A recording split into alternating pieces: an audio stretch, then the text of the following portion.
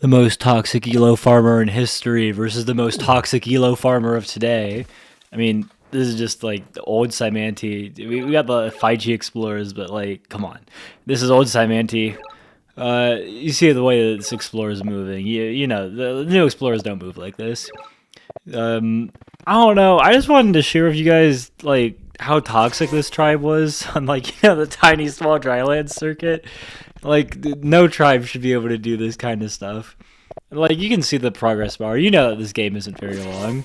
And I mean, look at this. Like it's turn three. Reminder, turn three. And then we switch over to their perspective. Yeah, he didn't see that until it was too late. So like, womp womp. What are you gonna do? It was. It's like I mean, Cymanti on Tiny Drylands is like a joke of a tribe, right?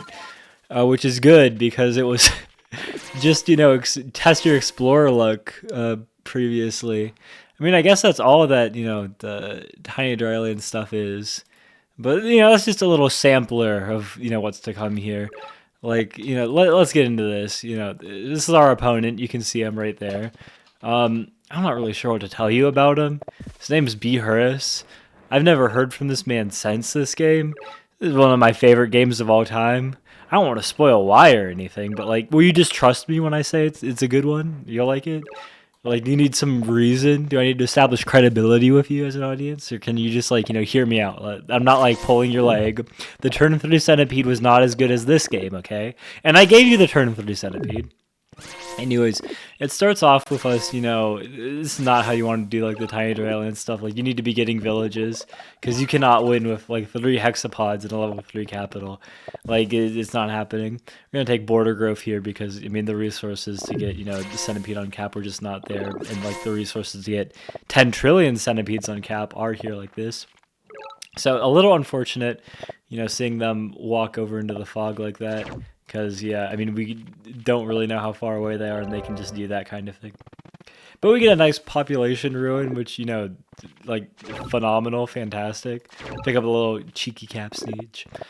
And then getting ready to, boost and push this on the next turn. But, keeping alive, the possibility of, dropping our Park of Fortune here because we want it to go straight up to the top, get us that last lighthouse and the Eye of God monument. And we only need one more population on our cap anyways, so we're just going to drop that, monument here for some stars. Then look at, some fruits over here. So probably should have just taken the Explorer on the last turn, got both these upgrades. A little bit of a mistake, reckless, greedy, perhaps. But I think it's working out for us fine. So we are down, if you haven't noticed, 2 cities against 3, and he's dropping this veteran swordsman over here. So we're gonna be ending up losing some more units. But we have the better attack. We've got 2 centipedes. He only has 1 paltry centipede. And I think if he'd focused all his attention over on this west centipede, things would have been better. But he ends up giving us this 1 health centipede, so we're able to go ahead and do some nonsense. Take out this dude. Just leave it on there. Siege. Take the stars. Take all their hexapods. We cannot go after this one with the centipede because shaman causes some problems. But we are able to take this city. So 3 cities on 3 cities. And now we're in a nice position where we can go ahead and eat the shaman if we want, but instead, why don't we just go after the capital siege? And this centipede is protected from the shaman over here just because it's at 1 health, so it cannot convert. It will kill this head and give us, a nice shaman to eat.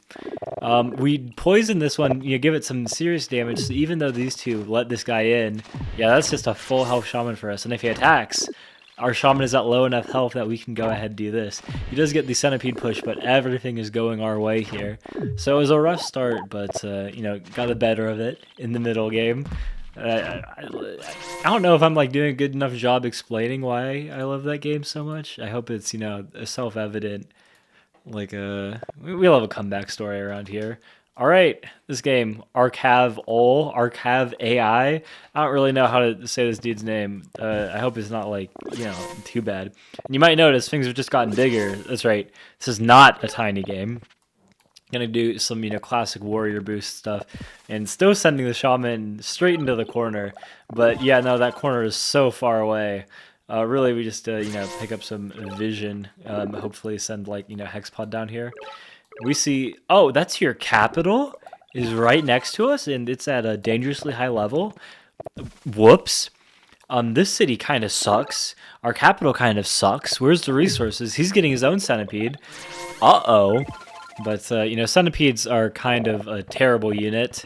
Someone's going to take that out of context. You'll see exactly what I mean. Like, yeah, take out the damage like that, but, the centipede gone. Some people make a little, mental heuristic, a little mistake like that. Like, hey, my centipede has a segment. That means it's invincible, impervious to all damage, right? This is not the case. Your centipede can still die. It doesn't take all that many hexapods to do it either, especially with the old boost mechanics. Can take a nice explore, helps us pick up vision on the map. Still not seeing what's going on in their position, like only have vision on one of their cities. I mean, soon to be two, but... So we're going to go ahead and take up another explorer, hope it gets us that west lighthouse, and boom, it does. So he's only got two cities. They're pretty high-level cities, and he's relying on these centipedes to put in a lot of work for him. If the last game was, how not to defend against the centipede, this game is how to defend against the centipede, yeah? So he can go in and pick up this warrior, but he's learned his lesson. He doesn't want to do that.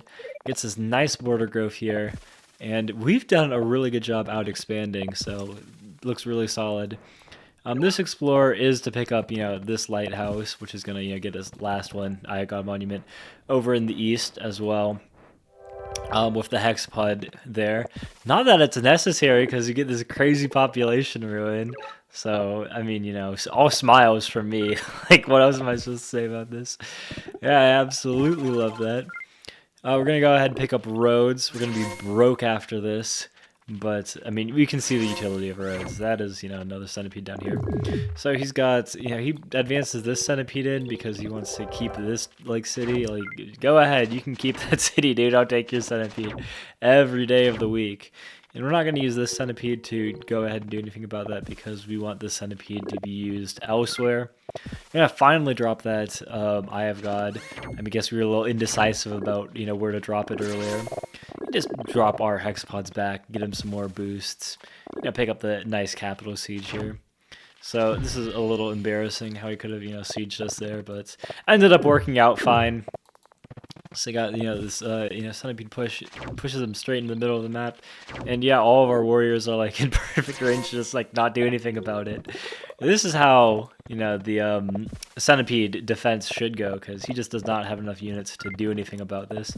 We're dropping our Grand Bazaar down and picking up another centipede here.